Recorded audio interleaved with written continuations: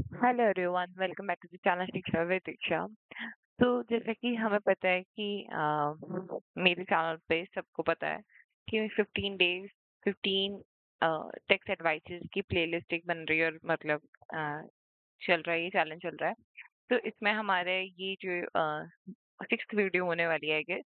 इस वीडियो में मैं आपको बताऊंगी कि इफ अगर किसी इंडिविजुअल का जो सैलरी पर्सन है, उसकी इनकम अगर 20 लाख पर एनम होती है, तो भी वो किस तरीके से अपना टैक्स जो है वो बचा सकता है और उसकी जो टैक्स पेबल होगा वो जीरो तक आ सकती है।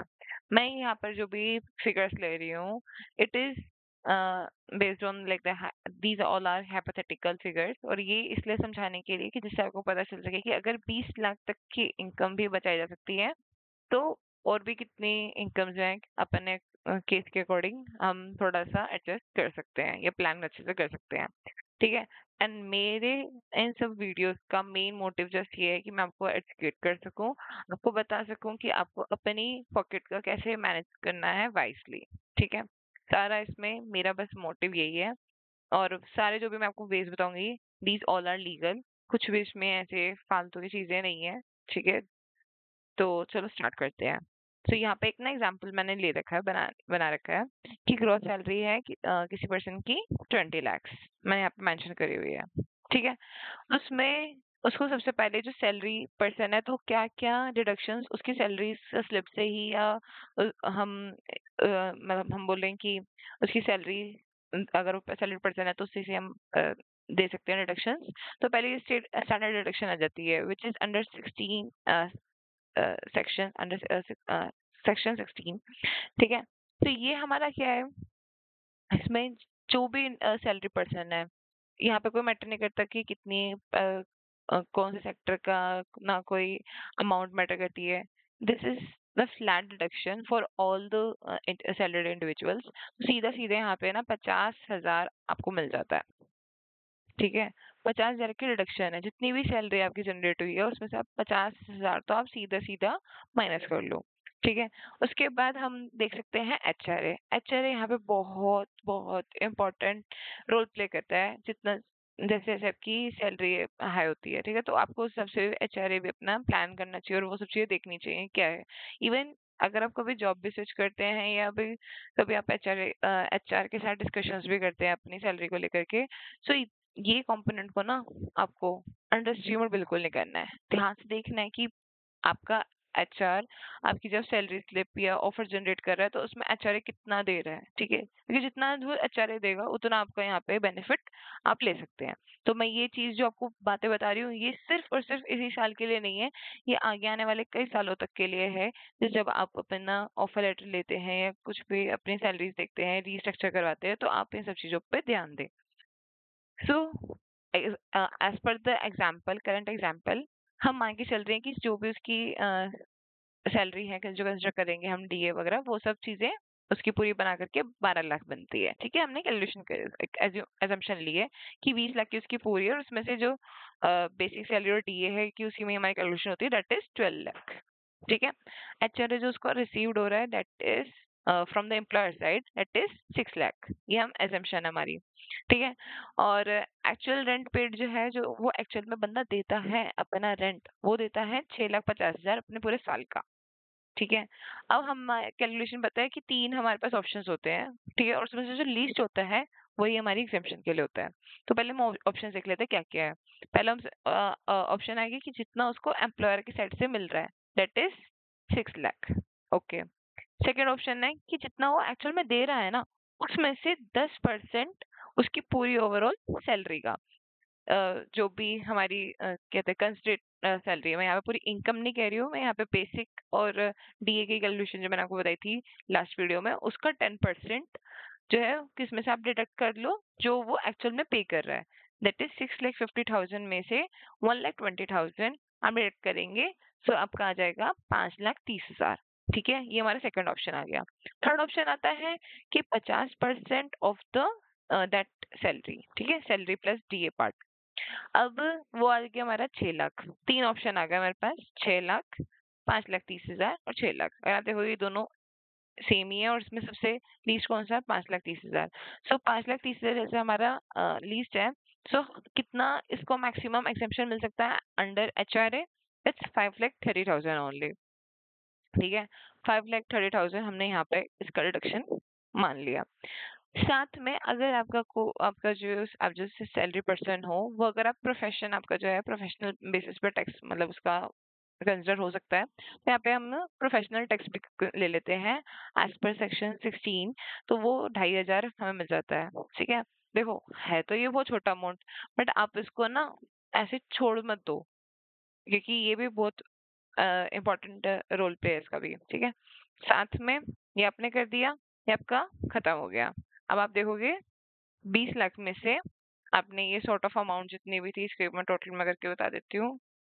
So that would be your 5,82,000 आपने यहीं पर ही अपना डिडक्ट कर लिया। तो आपका कितना बच गया? 14,17,500। ठीक है, ये आपकी टोटल इनकम है। अब आपको डिडक्शंस देखो इसमें, जो डिडक्शन सबके लिए मैंने आपको बताए थे वो वाला उसमें वीडियो में, ये वाली मैंने रीसेंट अभी जो वीडियो बनाई थी सैलरी वाली, पे उस पर आपको मैंने कवर करके बताया था। ये वाली मैंने डिडक्शन वाली वीडियोस में बताया था, उसको देखो इसमें हम कैसे देखेंगे। मैंने आपको बताया था 80C के अंडर आप 1.5 लाख तक का अपना जो टैक्सेबल इनकम है उसको बचा सकते हो, है ना। तो इसमें हमने मान लिया कि भैया जो भी इसकी EPF थी, PPF थी, ट्यूशन फीस थी बच्चों की, या कोई होम लोन था, या प्रिंसिपल अमाउंट था, इंश्योरेंस लाइफ इंश्योरेंस था, ये जो भी था हमने सब चीजें कंसिडर जो भी मैंने आपको चीज बताई थी, तो सबको कंसिडर करके 1.5 लाख रुपए इसने सारा ही कंज्यूम कर लिया। मतलब he is eligible to deduct his taxable income by 1,50,000 हम मान लेते हैं यहाँ पर।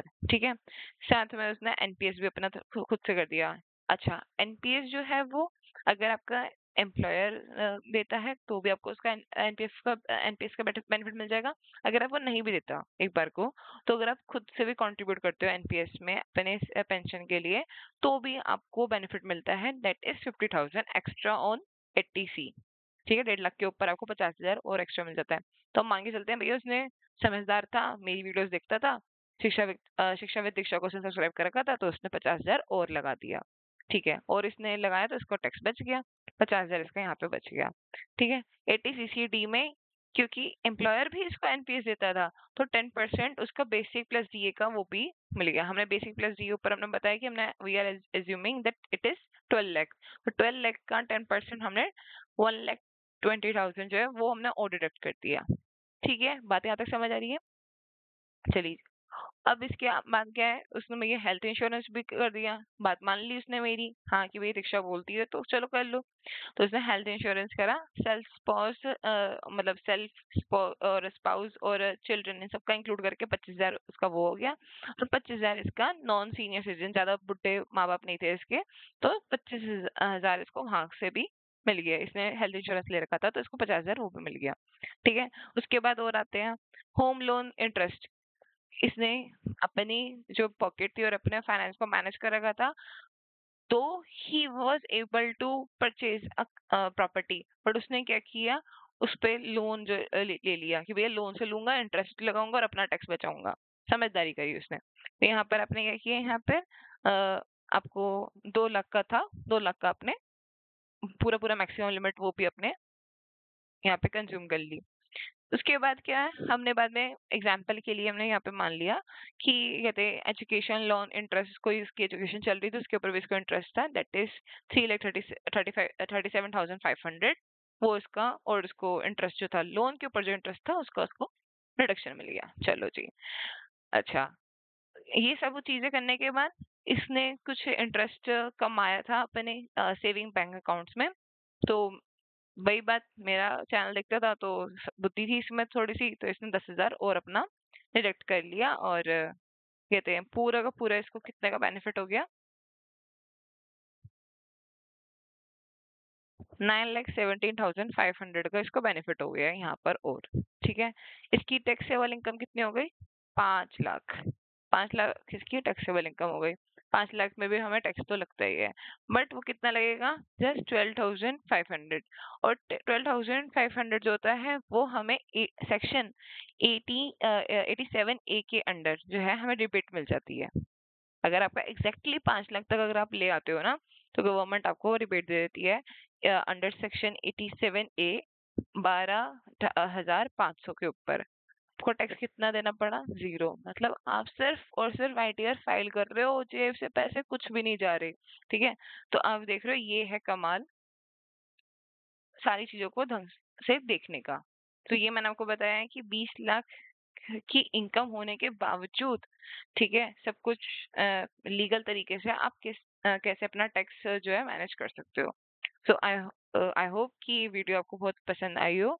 और अगर ऐसे ही वीडियोस और देखना चाहते हो तो मेरे चैनल को लाइक करें, सब्सक्राइब करें और बेल आइकन में आप प्रेस कर सकते हैं, क्योंकि मैं सारी नोटिफिकेशंस, पोस्ट वगैरह इन सब चीज़ों के लिए डालती रहती हूँ। So you might get benefit from this channel. So thanks for watching. Keep supporting. Keep learning.